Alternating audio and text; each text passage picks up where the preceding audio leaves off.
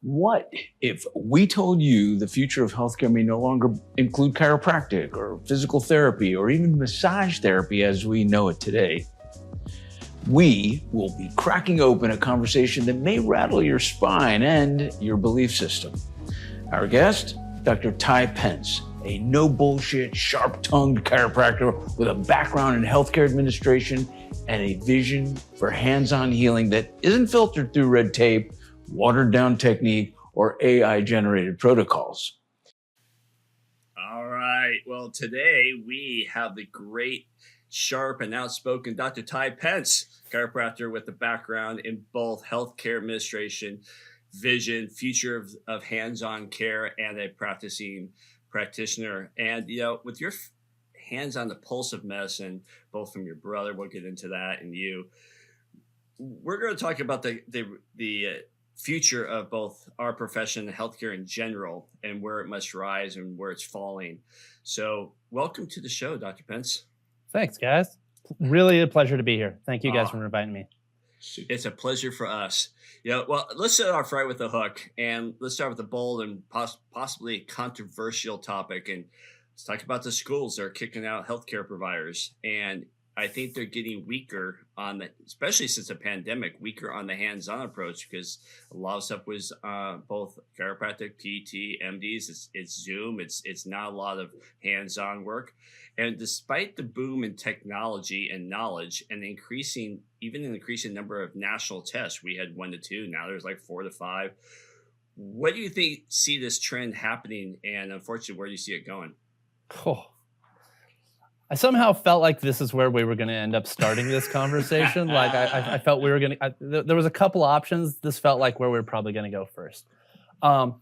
So I think it started before the pandemic, but it just really accelerated with the pandemic in a trend away from the amount of reps required to really get good at the hands-on piece in chiropractic. I'm not sure how the physical medicine, the PT schools, and other programs are approaching the same problem, but I've gotten to see it in chiropractic and seen what the turnout is as far as the product, and interviewed a lot of my colleagues as far as what they're seeing.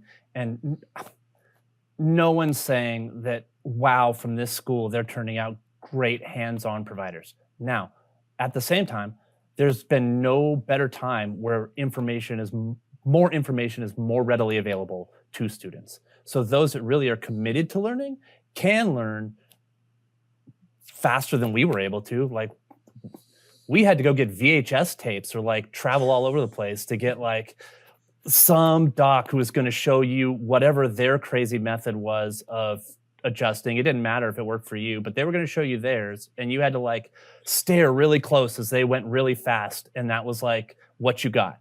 And now you have like YouTubes that you can like single frame play over and over again to figure out how something's done.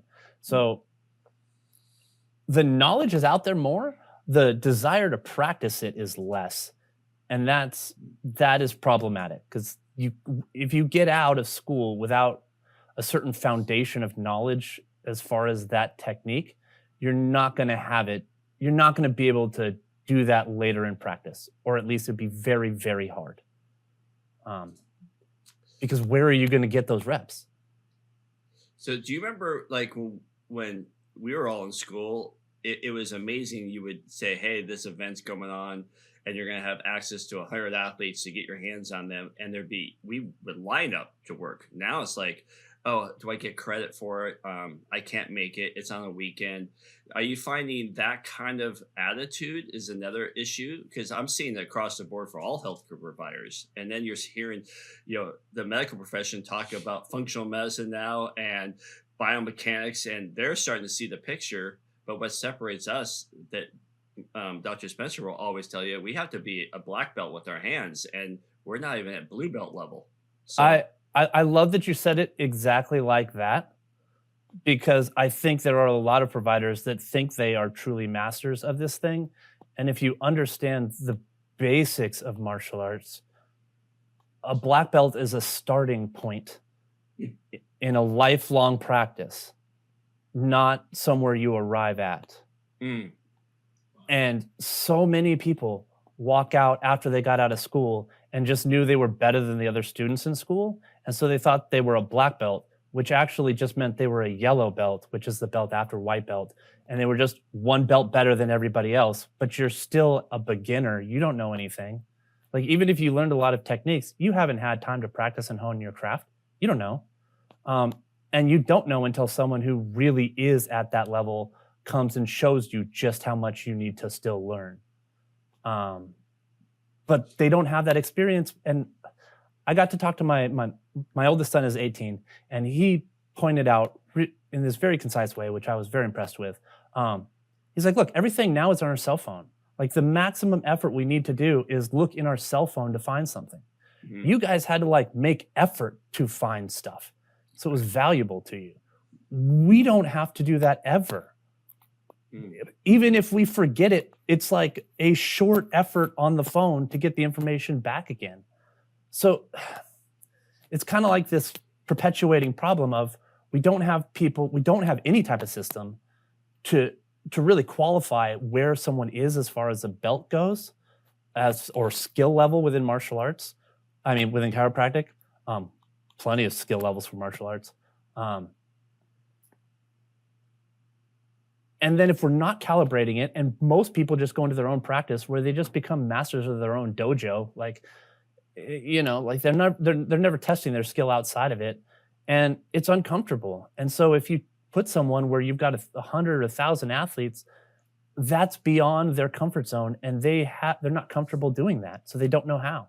And no one, like, they just don't have that type of I need to go get it attitude. Now some do, but just not all of them. So you mentioned the testing. They've added more tests. You know, when we're all there, like I mentioned earlier, is 1 to 2 tests. Now there's 4 to 5. Do you think the testing system is still good? Do you think it's failing? Do you think there's a better way of doing it? Okay, so there's you're doing good with these interview questions.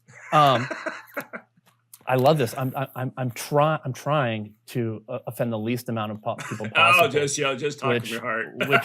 which anybody who knows me knows that's an effort for me. Well, let it fly. So I don't know where the problem starts between the board exams and the schools, but somewhere it's become this problem of the board is teaching as far as hands-on skill, and from like a background of martial arts, looking at this hands-on skill, they're teaching such antiquated techniques and requiring you to study such antiquated techniques that the little time that students have in school to practice are now having to practice things that are worse than moronic when it comes to actually demonstrating skill in a clinical setting. You're never adjusting a listing system in a clinical setting. You're adjusting a patient with complaints and comorbidities. Can you do that or can't you? That's all there is to it. Could we make testing resemble that? Totally. Do we? No. The best we do is have someone pose. I mean, you pose in a position for a thing that couldn't be achievable even if we wanted to. As far as those listings, we've proven that to be true. Like, we're just not that specific. We can be more specific if we work harder at it, but we're not so specific that we can somehow make vertebra spin. You know, like, it's not happening. Wait, Tyler, I gotta interrupt you because you keep mentioning listings, and for those that don't understand it, oh yeah, right. Sorry. There's a technique that you would go and you would write down based off an X-ray of what the vertebrae was. It would be L4 to the right, you know, whatever. I think that's what it is because I forgot this listing, but they would write down this list. Well, I've had patients come into me that have moved to the area and bring their listing to me, and I look them right in the eye and go, well, if the chiropractor is good, wouldn't he have fixed this? Why would you still have the same problem? I mean, there's what I've lost track of how many different types of listing systems there are in chiropractic now, but they're all ridiculous, and who cares even like. It's not moving in this range of motion, causing this restriction in range of motion in the patient. You need to do something that will have the effect of improving that range of motion. That's it. Like, why do we need to get more specific than that if the students can't even demonstrate that level of skill? You're absolutely right, and I got to tell you, on several points there, it's so glad and it's so refreshing to hear you comment on all these areas, because let's take the most severe things that we hear in chiropractic that the media loves to publish about stroke and death and things like that from a cervical manipulation. And I'm really finding it fascinating that the medical profession is suggesting to a patient not to get adjusted under high velocity circumstances. And it is completely off, because Dr. Terry and I we've been practicing so long that we function out of instinct, not out of a listing, not out of, your symptoms. It's a whole different criteria. And not only is the art of the examination lost, but so is the art of adjusting. And people don't seem to, even the public doesn't realize that, because they get so consumed by what the Instagram or TikTok posts of somebody cracking a neck, that sound and everything. It's so far past that.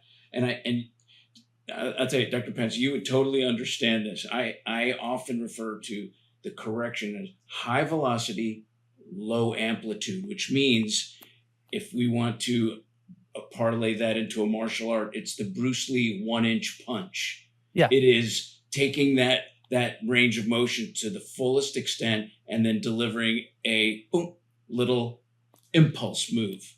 But people don't, our new kids don't get that. The new students don't get, the public doesn't get that, the doctors don't, medical doctors don't get that. Anyway, that's my rant.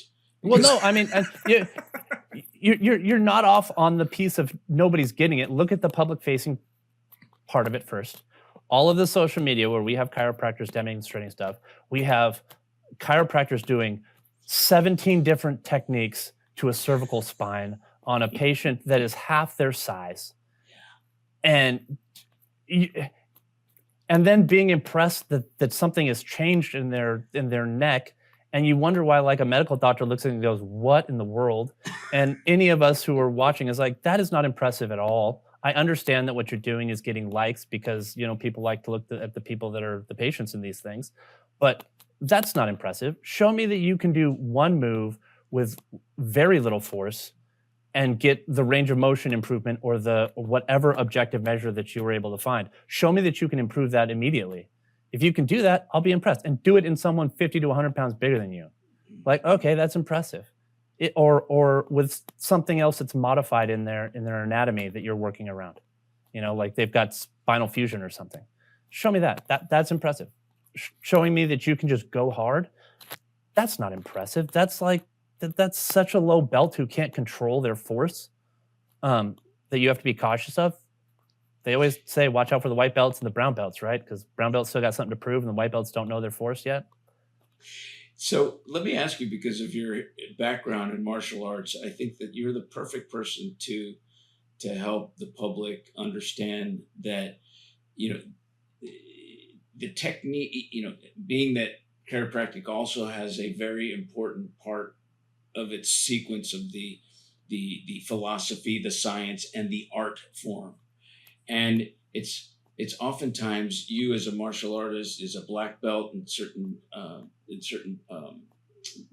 techniques, is that you have to read the person that's coming at you. Not, okay, I'm going to do this move today.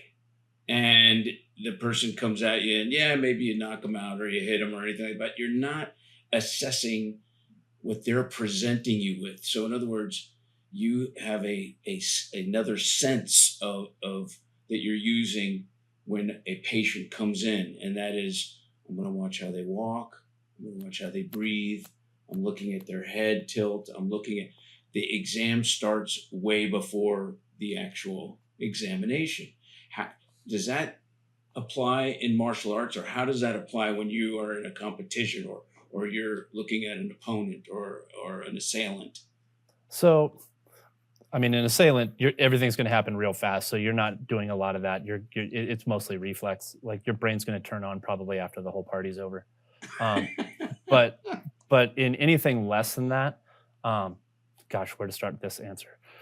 Okay, as you start training martial arts and get to a certain level of skill, then you'll start sparring against people who are of various levels of skill. You develop this sense of matching your energy to their energy when you're sparring with them. You don't take someone who you have a significant skill gap on and just wail on them, or hopefully you don't. That shows something about your character as a person in martial arts. You generally will tend to try to match that person's energy so that you're both sparring at the same energy level. Your techniques will be more crisp and more like inherently faster, but you'll be able to dial the force more, and you'll be able to give them enough leeway so that they're not, even if they throw uncontrolled punches or do something uncontrolled, they're not going to hurt themselves or you. So there is that skill. And then there's also like the listening and seeing skill that you develop in martial arts, where you just notice things about how somebody moves because you've just been used to it. You're watching it all the time. And that's true in chiropractic and martial arts, and they kind of feed on each other. You see the dominant foot, you see how something looks out of a line or someone's not moving right, and you tend to hone in on that. Oftentimes in chiropractic, we all probably do the same thing. Someone's coming in for a low back or some other complaint, and we see them walk in, and you're like, well, tell me about this knee or this foot that's going wrong, because that looks ridiculous. And they're like, how did you know? And to anybody who's put the time in, it's like, how did you not know? Do you see yourself walk? Like, but you have to develop skill, which takes a number of reps in seeing people, in doing the techniques, and then seeing the changes, and then seeing how they look afterwards, in matching someone's energy in a martial art, and then sparring with them and seeing the outcome of matching their energy versus just trying to bowl through them. Beautiful. No, I love that. I love that as a metaphor, because most people understand martial arts, and when you apply that to the world of chiropractic, it applies, and it makes a lot more sense. I'm gonna switch gears a little bit. I want to ask you about private chiropractic, and maybe even other private medical schools, and your thoughts about how they may not exist in 10 years and why that's such a heavy prediction. So what do you feel is driving that possible or potential collapse? So as far as chiropractic schools, I think that's very different than medical schools right now. I don't think any medical schools have an idea of what they're going to look like 10 years from now. They all know that they're going to change. Learning is going to change radically, because it already is. And how does that manifest in a school curriculum? We don't know. There are some new versions of how schools might start to integrate technology as far as an underlying principle within the school, and how that changes education. It's still being discussed.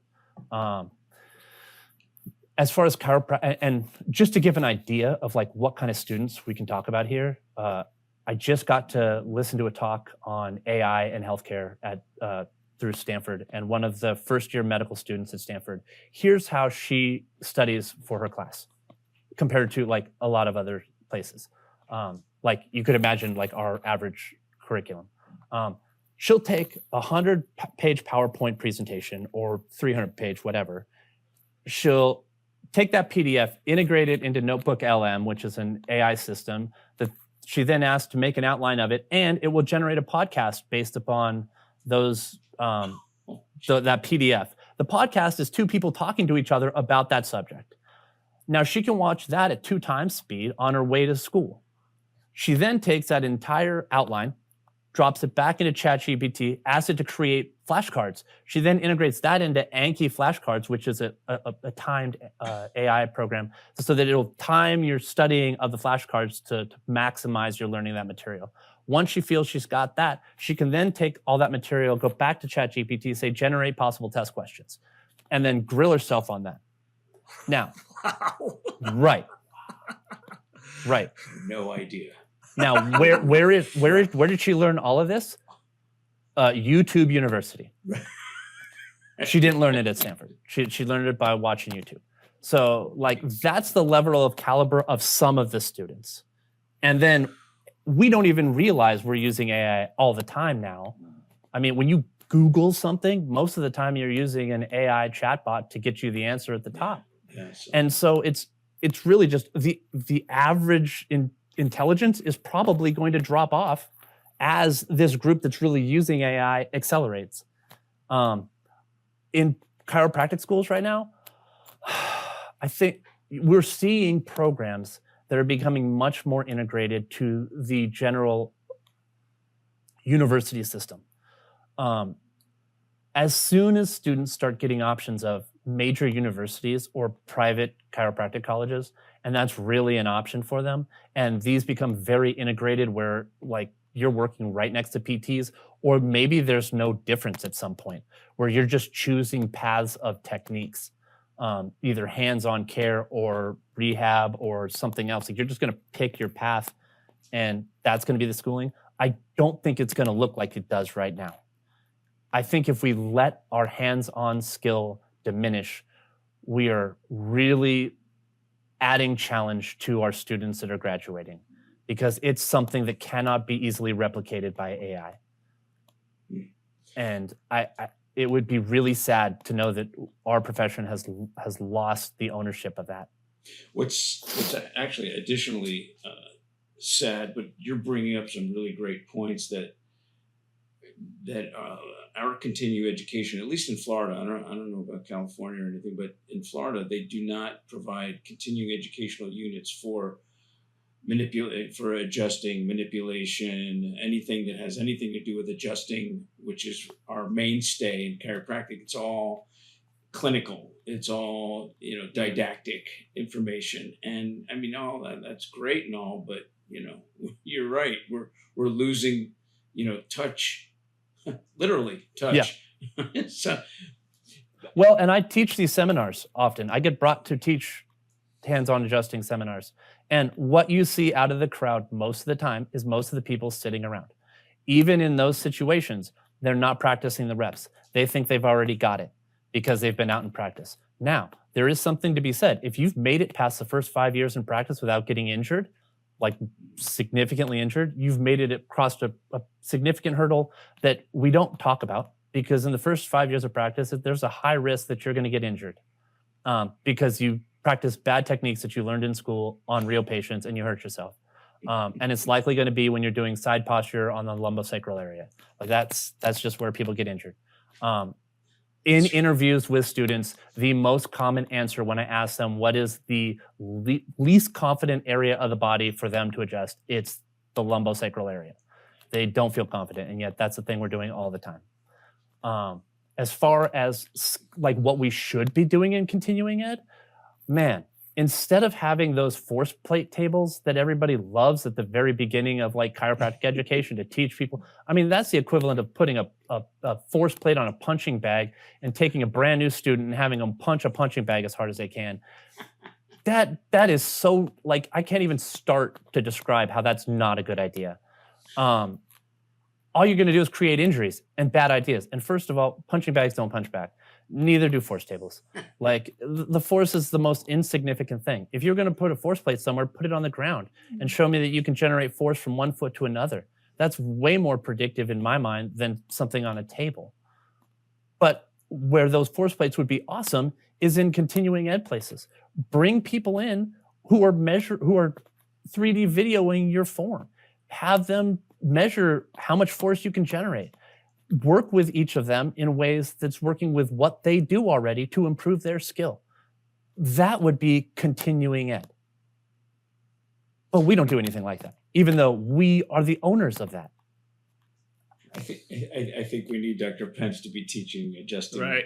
It's interesting. We had a talk of this weekend, and one of the ideas was when they're teaching a new technique, whether it's a hands-on, a soft tissue technique or whatever, is the instructor would make everyone in the class stand up, pull away the chair, and come and do 2 or 3 strokes, like let's say it's a forearm soft tissue, 2 or 3 strokes on them. So everybody had to do it. You weren't allowed to get out of it.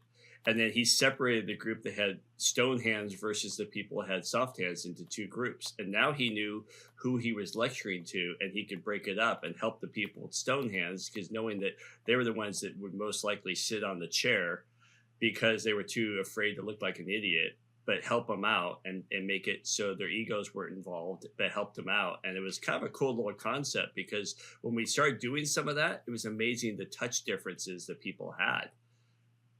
What do you think about something like that? I've even tried to teach seminars like that, where basically it's 3 people involved, so that it's round robin, so that someone's watching while someone's doing, and someone's like the patient. And okay, so even to step back before that, first off, if you're teaching technique class, you should not be teaching the way that works for you.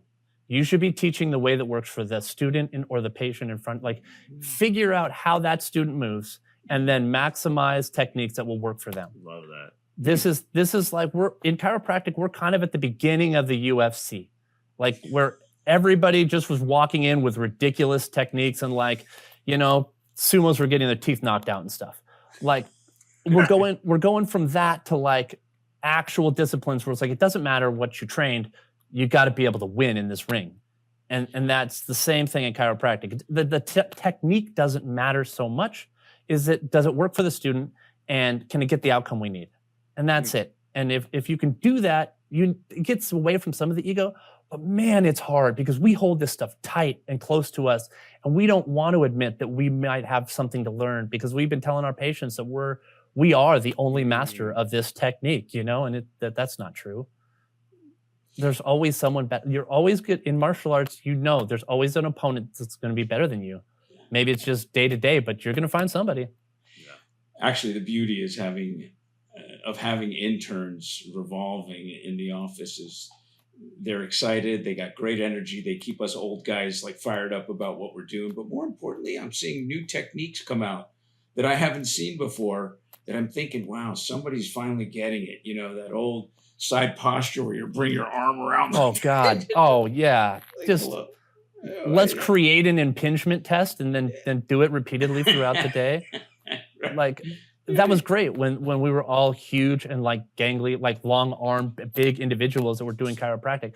But like, if you're short and stocky, you're not going to do the same move as someone that's tall and gangly. Like, it's not going to be like, there's different levers. Yeah. And yeah, there are teachers still in these chiropractic schools doing all they can to teach very good technique. Oh yeah, yeah. They're just struggling at it because they're underpaid, way underpaid, and there's a lot of restrictions that they've got to be able to get these students to pass tests, and the students aren't that motivated. Like, you've got to get them motivated, like you were talking about in the classes, where they're up doing the reps the whole time. You would never see that in a martial arts class. You would never see a martial arts class where someone talked for as long as any technique instructor talks in the beginning, and then when the teacher says, go ahead and practice, you did 1 or 2 times and then stood around in class, you're gone. Like, you're not going to stay in that class. You better start doing exactly what the instructor said until you can demonstrate skill at it. You keep going until the instructor says, we're going to do the next thing. Love that. And that doesn't exist in chiropractic right now. We have to get him out there at some of our sports programs, because there's not enough of that style of teaching that's going on out there. Right. I mean, some of it's good when it comes out, but I think I'm gonna rally Dr. Pence to teach more adjusting to everyone, for that matter. I the purpose of me getting worked up about this is I was taught, and I think I was taught, the first person that told me this was Claire Johnson in chiropractic school. Yeah. And she was like, what are you going to do for the profession? Like, great people have done tremendous things to get to the profession, to give you the profession you now have. What are you going to do to push this forward? She's the researcher, right? She did research. She's amazing. Yeah. But it was just, that clicked in my brain of like, okay, however I can maximally help, I'm down. And if this is the piece that like I can help with, then I'm totally down. But I definitely do frustrate people when I come and start talking about stuff because I'm ruining basic concepts that people are coming in with. The I'm going to fall on a patient idea is nonsense. You've never seen someone actively try to throw if you tell them to punch something as hard as they can, you've never watched them come off one leg to try to generate that force. It wouldn't happen. And yet that's what we keep telling people to do in side posture techniques. Yeah. You wouldn't go swinging your arm independent of your body. And yet that's what every cervical spine technique looks like. Completely independent. And I've had docs even willing to continue doing it, knowing they're hurting themselves because they don't want to change. Even though I've offered that, hey, it's not hard to modify what you're doing. You can still do the same move. We just got to modify it a little so that you can still do this technique, but not hurt yourself. Still, I get no yeses. Let me ask you, getting back to changes in education, we talked about the lack of hands-on in the schools, the increase in AI. But what's interesting? I tell a lot of my interns, it's so easy to be a great doctor because most of them out there suck, and we take our time. I told you about the art of the exam is lost, because doctors are so quick, and I mean medical doctors or MRIs, X-ray. Let's do that. They don't do they use that as the biggest piece of the puzzle, an MRI or any kind of diagnostic stuff. Anyway, my point is that the changes that are going on right now in the pharmaceutical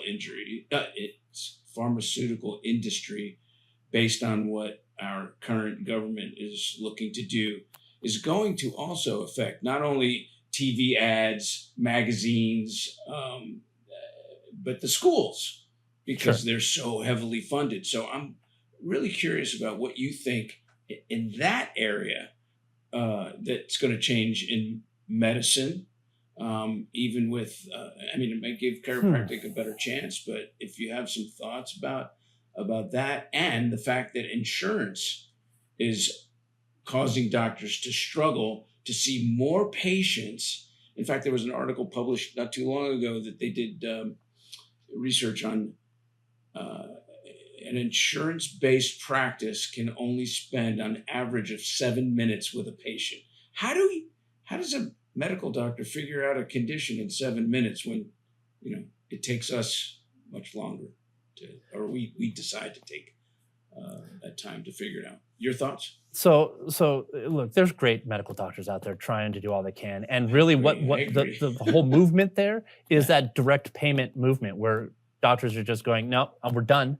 We're just going to go and really just kind of reflect the chiropractic model. If you're going to pay us for our time, it's going to be less than what we had to bill it to insurance by a lot. And we're just going to go back to that good old fashioned form of taking care of people. So there are, as far as what do I think are the pressers or major influencers? Yeah, pharmacy may be part of it, but you have insurance companies that, I used to say that all of us in medicine have two opponents, and that's pain and suffering, and we're all on the same team. We're all fighting against pain and suffering, but that's not really true anymore. We have three opponents now. We have pain, suffering, and insurance companies, and we're all fighting against those. Yeah. And I might rank them insurance companies, suffering, then pain in order of Oh yeah. But when it comes to the major pieces, you've got insurance companies that are just destroying our healthcare system. You've got hospitals that are now operating at like 3% margins or less, which is insane. And you've got AI, which both hospitals and insurance companies are hoping does different things. But what it does do is give what they call a mid-level provider, which no chiropractor likes to hear that we fit into that category. But as far as how much we charge, we fit into that category. It's not by our degree, it's just how much we cost. And we are directly facing the patient. Us plus AI is taking the place, will likely take the place of more educated doctors. And I'm not saying that chiropractors aren't more educated. I'm just saying where there would be a specialist, there is a thought that you can take a PA or a chiropractor or something else and augment that with AI. And now you have that. Now, it's not true. That's not going to work out like that. But that's kind of where the push is. So will there be more of that push to something that's like a PA type thing? Probably. Might AI reduce curriculums entirely because people are doing like what that first year medical student's doing and burning through the material super fast? And maybe that just shrinks the whole MD education, or maybe they just start earlier. Maybe it's no longer you got to get all the way through 4 years of college. Maybe it's you do 2, or as soon as you decide you're now on. Nobody knows. Like, that's the thing, is they're having discussions about this now, but nobody knows. There's too many variables there's too many wild cards in the variables that could turn this a number of ways. And most are just hoping are doubling down on things that create resilience, either in their practice or in their hospital setting or whatever. And that type of resilience, as far as us as chiropractors, is our hands-on skill and our ability to interact with patients. And that will constantly progress us forward. Let me ask you, there's regarding schools again, there's 2 things going on in chiropractic that are kind of fascinating. In the education part, we just were able to achieve having a school in Pittsburgh. UPitt, yeah. Medical school, which is a huge kudos Yes. for chiropractic.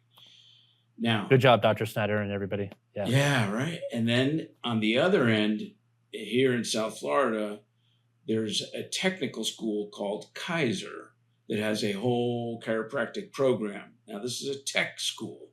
So my thoughts are, and it was met with a little bit of opposition. We have 3 schools in chiropractic, 3 chiropractic colleges in South Florida: Palmer, National, and now Kaiser. There's some discomfort with a technical school adopting the chiropractic protocol and program. Where do you think this could go? Towards more absorbed more in the medical world as an acceptance, or as a tech school? Cool. I can tell you where I live, working directly with medical doctors all day. Mm-hmm. Yeah. We're more accepted now than we've ever been. I agree. I don't think anybody we're just part of the team unless we screw it up for ourselves. So I think it depends on what kind of person is going to go to what type of those places and how much the public wants to have that type of doctor.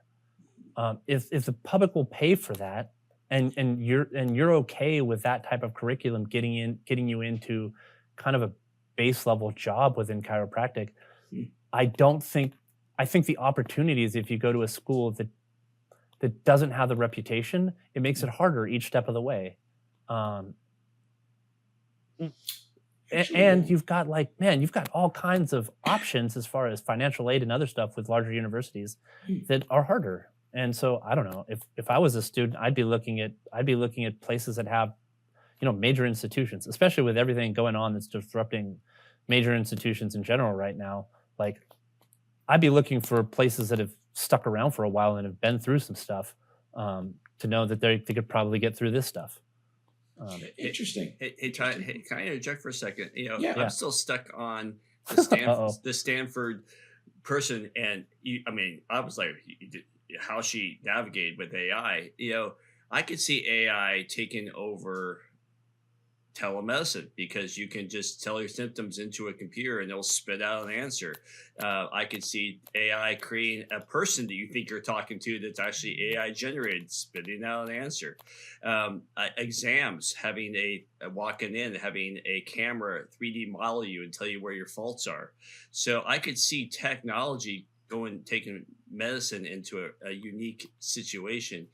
The one thing I I don't see AI ever doing is replacing your hands, your intuition, and your thought process. So how does the chiropractic world jump on that? And now you can love the administration right now, or you can hate them. But the one thing I say about RFK is we're talking about food and healthcare for the first time since World War II. So how do we take that thought process where we're actually looking at what goes in food and what goes into our health and what goes into our bodies and take advantage of the one thing that AI cannot replicate, and that's your hands? Look, I work with engineers all the time, and I constantly get people who tell me AI is going to take over what I'm doing with my hands, and I just laugh at them. Like that's so naive to even suggest that you're going to pull that off anytime soon. The last 100 years, what we've been able to do as far as technology that mimics anything we do is what? A diagnostic ultrasound. It's not as good as the electricity you're using to run the dang thing. Like I'm not an ultrasound machine. Like it's a magic wand that does nothing. Like you're going to go from that you're just trying to like create heat to something that can replicate a skilled hand. No, you're not. That's not coming fast. And something that can actually like discern what's going on a patient and actually get the. It's not going to happen. That hands-on skill and the empathy for patients is not going to be replicated. Now, there are people within AI, like within the realm of AI, that will cite that AI seems more empathetic than humans. Of course they do. Narcissists always seem more believable than someone who's being sincere. AI has no empathy. It is a thing with a personality disorder by definition. It doesn't have any empathy. It can turn into a people pleaser. If you ask a doctor to come up with differential diagnoses and then ask AI to run its own interpretation of those diagnoses based on the patient, it will tend to just agree with the doctors, even if the doctor was wrong. And so you got to know where the thing fails, and it's going to fail at it does not have empathy. It may seem empathetic, like a narcissist seems empathetic, but it is not. And it may try to do things to your back, but God, imagine, like, we have seen all the nonsense technologies that have tried to mimic hands-on treatment of the back. And it's not close. And patients don't like it. So if we're talking about the safety, I would say we don't abandon AI. We've got to learn to become native with it. Like, we have to learn how it's going to help us improve. If someone walked in with paper notes to your office right now, you'd be like, who is this dinosaur that's still writing paper notes? Or at least I would think that. Let's say that. Oh, you're welcome to think it. But AI is going to be exponentially worse than that, where if you're not paying attention to AI and learning where this can augment your practice, man, you're way behind. So using that with the skills that we have, I think that's where you stay way ahead of the curve. But you got to learn. The only way you learn that is the same way that you learn how to be good at chiropractic. You got to do reps with the stuff. You got to learn where it's strong and where it's not, where it works for you and where it doesn't. You know, I think this is a perfect time to add probably one of the most profound motivational moments that you're bringing up. AI can certainly take over the medical world in a way that, you know, it's very linear. You know, tell me your problem or give you the symptoms. They'll kick back a few differential diagnoses and then you write a prescription. It's very automated, but this could very well be the greatest time for chiropractic, not just because of RFK and all those changes, but because of what you keep saying. We're hands-on. We've seen all sorts of machinery that will try to imitate, adjusting or imitate soft tissue work, but there is nothing like a hands-on feel. As a matter of fact, with the way the world may be moving and shifting, we're the only ones that can put our hands on people, and that sense of touch is missing. It's missing in relationships because everybody's got their head, in the iPhone. Yeah. It's missing. We are the only one. You know what? Thank you for bringing this up, because That is what I think every chiropractor should know and learn: hands-on communication. Communication, whether it's treatment or whether it's empathy, whether it's motivation, because I feel a doctor must inspire their patient to heal. Whereas most doctors, and I mean that, generically, most doctors, not most, but a lot, don't have empathy anymore. They just, oh, sorry, you have cancer, so in 9 weeks you'll need to get radiation. Yeah. And to spin on that, maybe AI could tell you what you tell them your complaint is, but often, as we're listening to patients, we realize the issue that brought them in has nothing to do with what they were telling us for the first 30 minutes. Right? Yes. So yes. You've been talking about back pain, and you don't, like, the patient's like, I don't care if I can't pick up my kid. Right? Like, all right, then we don't care about this back pain at all. We want to get you to the pain level that comes down enough that you can pick your kid up, and we got to make you strong enough that you can pick your kid up. But like, how is AI going to figure that out? Read into it enough to be able to discern, like, oh, we're making a total left here. We're not talking about the thing that they came in with at all. This is what they want actually out of this. And how many times have you two figure out a patient's, or the patient figures out their condition in the 5th or 20th treatment? They go, oh my God, I just realized that the chair I sit in at work, or the bed I'm sleeping in, or the person I'm sleeping with. Oh, sorry, I didn't know. Different provider. Yeah. Poor Karen. Sorry. Yeah, I know. I realized after I said that I'm going to hear it. I'm only joking. But all these, just these little nuances that the patient doesn't realize, or better yet, I had a guy come in yesterday, show me a torn bicep, and he goes, I didn't do anything. I just went to pick up a 10-pound dumbbell, and I go, what did you do yesterday? What did you do the day before that?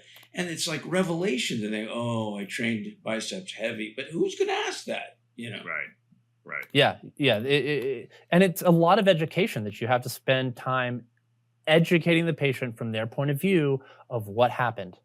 And they always just want you to tell them. And it's like, well, I'm not going to tell you. I'm going to tell you the mechanisms that resulted in this, and you're going to tell me what you did. Another thing on that, Spencer, how many times have we heard, well, my neck's killing me, and you go back and what'd you do? Nothing. And then you keep going and going and go, well, I had a car accident 30 years ago, but that's all that was resolved, and that has nothing to do with what I have now. I only rolled over 4 times.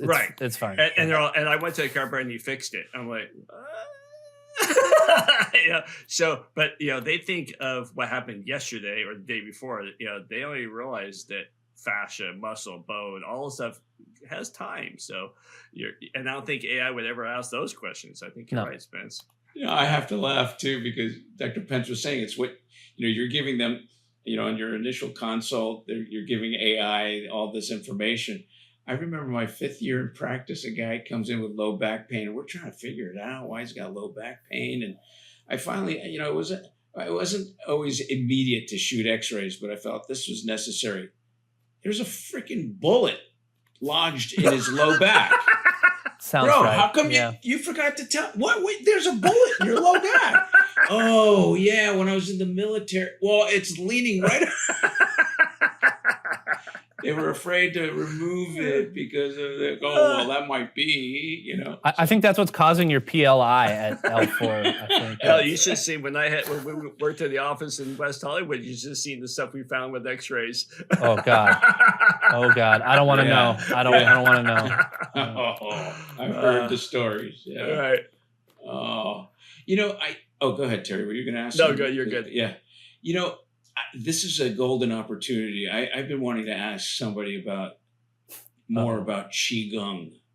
Okay. I know you are familiar with Qigong, and I just 10-second background. I was sent to China, to the Olympic Training Center in Beijing to work with their. It was supposed to be an educational exchange. I had nothing for that, but I got turned on to this thing called qigong that was so blow away. Could you elaborate on that? Because they use it as a healthcare tool. Go ahead, tell me. Okay, yeah, that's a huge topic. Yeah. All right. So there's different types of qigong. There's like a martial aspect, a medical aspect, and then a spiritual aspect of that. So you would use this practice for different goals. Really, if you lump it all together, it's the rehab arm of Chinese medicine. So that's really how that works, because Chinese medicine is built off of a completely different framework and understanding. And then you would have to have physical exercises you would give them at home, or things to do at home that would augment that. And man, this is a deep rabbit hole as far as like trying to overlay a different map of the body and how that map could play a role in the patient's symptoms.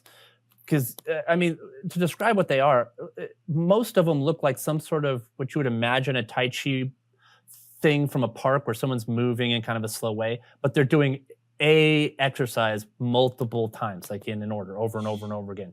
And it could be movement of the hands. It could be truly just something in your mind and your breathing. It could be sounds. It could be some combination of all of that.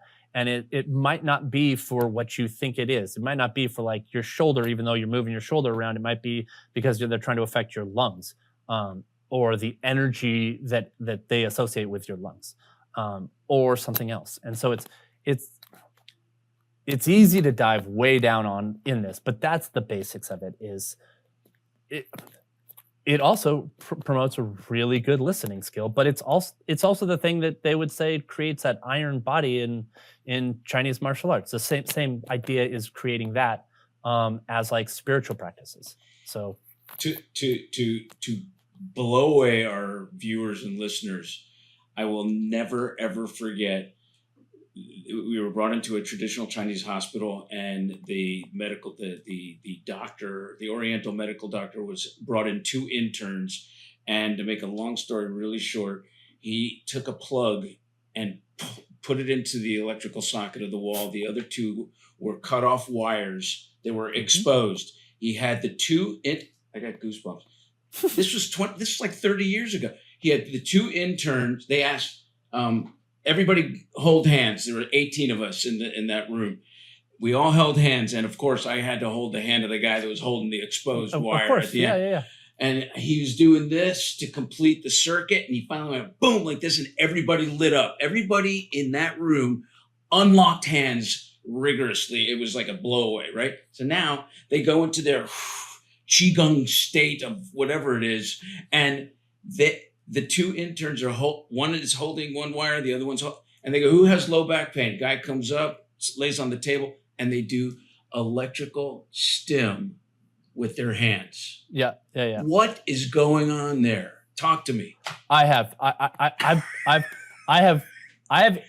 luckily, when I was at the exact same probably one of the similar hospitals, getting a very similar demonstration, I did not volunteer. Smart man. Because I learned enough before that in both martial arts and chiropractic. When someone asks you, you don't just stand still, you step a step back just in case everybody else step back. And all I saw was like, wow, they're willing to run current through their body in order to work on these people. And it's like, wow, you're running e-stim through a person. Yeah. Which sounds cool. What that's doing to the body, man, we don't know. Most of what's going on in qigong, really, like we don't know. And as a clinician, I don't always need to know the answers. I need to know it works for certain patients. And if the risk is 0, and there's some level of reward, and we've ruled out anything else that can get me more reward, I'm totally willing to try that until we get to something where the risk is high. Then the reward has to be really high. I would say electricity in a wall, there's some risk. Yeah. So I would need to know that the reward is like significant.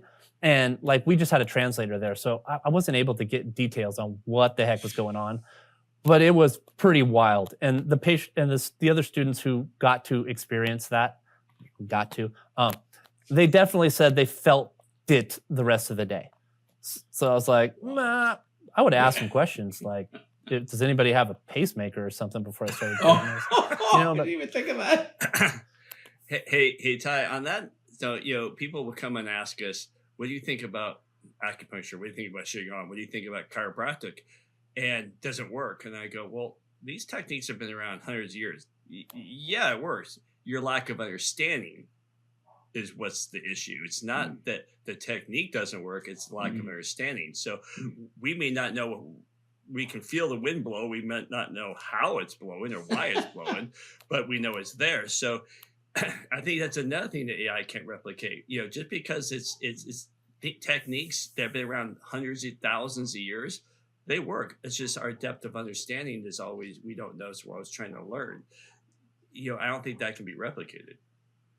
I don't know how you would replicate that in that leap of faith of it. Just, we seem to observe this in practice, and so we continue to use it. I never like to see when research is trying to take tools away from providers without giving them more tools. Yeah. If you're just taking tools away, what are you doing? You're just giving patients less options. And often it's like to justify something of their own ego, or they want to prove something. And it's like, that's not helpful. If you're going to do something, give us more tools as clinicians, or else what's the use? So very good. Awesome. Hey, Dr. Terry, what do you think? Rapid fire questions? Oh gosh, yeah. I've been worried about this. All right. Rapid fire questions. It's that time. Yeah, I figured. We have 5 questions. Yeah. Hey, Spence, here's Ty, the instructor, and he just went, oh shit. Yeah. He's now in the front row, and now the instructor's going, all right, Ty, it's your turn. Come on, let's see what you got. Yeah. Oh, yeah. All right. Well, let's look at this as a pop quiz. I love it. Let's do it. Let's see where I'm at. All right. As far as the rules of rapid fire question, we usually ask a question that you have no idea about, and you have to answer it in a abbreviated period of time, which is why we ask these at the end of the show. So if you're ready, question number 1, and I'm kidding, you can take your time. What is one lesson that everyone can get out of Tai Chi? Oh, I would say if you actually spend some time on Tai Chi, the lesson would be realizing how to use your hips to generate force. Ooh, that was good. All right. Question number 1 is knocked out of the ballpark. Ready? Question number 2. You launched a telehealth in chiropractic early. But what was your funniest telehealth moment? I would say I don't even know if it was funny or eye-opening, but what you end up seeing behind patients in their house. Right. And you're just like, oh, this might be part of the problem. And it can be all kinds of things. Like they haven't unpacked anything in their house. Like it's still in boxes. Or they're like, any reality TV show of individuals with interesting habits in their life, like those things happen behind the camera, like they're not filtering them out. So you end up looking and going, I think we're getting a clearer picture of like what's going on here. Oh my God. So have you guys heard the show Phil? It's like, where's Phil or something like that. And he was a writer for TV, and he now goes around and tastes food, and it's all over the place. He's got 8 seasons. Okay. Well, he's the Jewish writer that wrote for I'm gonna get it wrong. Everyone Loves Raymond. Okay. Oh, okay. So in the show, he'll be talking to his parents like this on a Zoom call. And last night we were watching, and he goes like, "Hey, Mom, I see you made the bed today." And she looks around, she talks to her husband, and they're in their 80s. Honey, I didn't know they could see behind me. Oh, yeah. That's awesome. That's very funny and sadly real. Right. Question number 3. What song instantly puts you in a good mood? No questions asked. Oh, instantly in a good mood. I'd heard the other versions of the one song thing. I would say my number 1 song is always going to be Ramble On by Led Zeppelin. That's my jam. But as far as in chiropractic, I would say Body Moving by Beastie Boys. It's the closest to a theme of what I'm trying to do with patients that's in a song. We need body rocking, not perfection. Let me get some action from the back section. Like, yeah, that's what I'm trying to do. I love that. First of all, the Led Zeppelin thing got me because now there's this whole resurrection of Led Zeppelin. They came together in the UK, and now I got my Spotify tapped into. Yeah. It's unbelievable. Anyway, and I also saw the Becoming Led Zeppelin, the movie. Oh yeah, was that great? I haven't got to see it yet. Oh, it was so good. Oh I will man, say, I can't wait. The only thing that really absolutely it disappointed me of the whole movie, they didn't play Stairway to Heaven the whole time. That's probably one of the greatest songs ever. You know what? You're right. I didn't think about that. And I was waiting and nothing. Anyway, but everything else was great. All right, question number 4. What was the last random act of kindness you did, or someone that did for you that really, really moved you? That moved me. Man, there's been so many. I mean, like, once you start looking for those, you see them everywhere. When I think the one that that sticks with me, and it probably wasn't the last. This was a while ago, but I had major sinus infection because of a bad surfing accident. Like, I was in bad shape. I was on crutches because I had destroyed an ankle in a martial arts class, and I am walking on crutches through a store, sick. This was before COVID, so you're actually allowed in. And one of the store people actually just got the cart and like walked around with me, helped me get my food, got me out. I was like, oh my gosh, that is so huge. I am blown. Like, there was another one where some poor guy was stuck on the road in his car on the on-ramp to the freeway. So like 2 roads merge, and then that single road then comes onto the freeway. In between, on the far right one, this guy, his car had died, and everybody was just honking at him. No one was trying to help him. So I got out behind him and just pushed his car into the middle. As I'm trying to push, there's still people coming, like, whoo. And so, you got both sides of it. It's like, all right, well, you could choose to be part of that kindness and push it forward and hope that when you need it, there's someone else there. Or you could be a part of the people that's just bothered, Well, you won't find that in South Florida. Everybody, it's the most ugly city in the country. Anyway, people are just not nice. All right, that's great. Now, question number 5, last one. If you could have dinner with, or only dinner, a dinner conversation with anyone, alive or from history, who is your guest? Man, I love that you asked these. That I've heard you ask that question before. I've thought about it. I've got 2 people, so I'm going to go with one that seems tacky, because it's very chiropractic.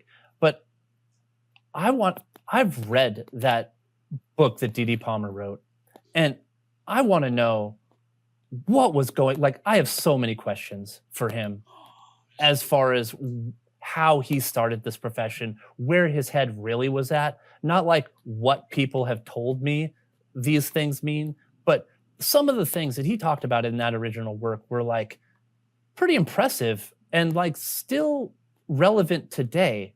And I just want to know how he came from like some Canadian guy to like creating this whole thing. And like some of the things he says is like, did you really just rattle the cage on everybody? Like, just blow up every joint in the body? Like, what was that thing about like getting hearing back in some guy's mid back? Like, I want to know those things. And if it wasn't that guy, nah, it would be that. I think D.D. Palmer would be the one that I would like to grill a lot, because I just have so many questions for him. Come on, you got a second one? Another dinner guest? Now that I said it, I've spaced his name, which is terrible because there we go, it's back. John Muir would be my second one. That would be cool. Yeah, that guy's stories would last well beyond dinner. I mean, how the things he described as far as how he lived I just have, again, so many questions, and such a simple life, and how he was able to create so much that lasted past him. And I'm just a big outdoors guy, so what he did for the environment and outdoors is awesome. That's great, man. Dr. Terry, have you ever answered this question? Who you'd want to? Well, those two, I'm like, I didn't even think about those two, but I'm like, those two would be incredible. And then on the same outdoor thing, Ansel Adams, how he can take a photo that has, he's taken photos of like Yosemite Park that have been photographed probably a million times, and yet when you look at his photos, you feel, you're right. And you're there. How did he actually think about that? Interesting. I had not to ramble, but I had an early idea of our athletes nowadays as tough as the ones that first started the programs. You look at the earlier climbers of Everest. They got dressed in a wool suit and tied a tie before climbing up a mountain. And you're like, what? And they were doing stuff without the modern technology. Look at runners that were broke back in the records, and they were doing it on shoes that you wouldn't even get any runner on nowadays. I think so. I always think pioneers of anything, whether it's philosophy, sport, or art, how did they, like you just said about D.D. Palmer, how did they think different? And I think it'd be really relevant today. We have AI telling us and phones telling us, like you started this whole show with, like your son, you can pull up a phone and everything is right there in front of you. Yeah. How do we put that away and get that creativity back to have innovation? Yeah. Love it. Good stuff. Well, Dr. Pence, I'll tell you what, man, it's been really just bringing up all this current information and what needs to be recognized and what it does. It gives chiropractic such a moment of truth and longevity, and it's exciting to hear. So thank you so much for sharing. It's been a pleasure. Thank you, guys. You got it. Thank you, bud. Thank you for listening to today's episode of the Crackin Backs podcast. We hope you enjoyed it. Make sure you follow us on Instagram at Crackin Backs Podcast. Catch new episodes every Monday. See you next time.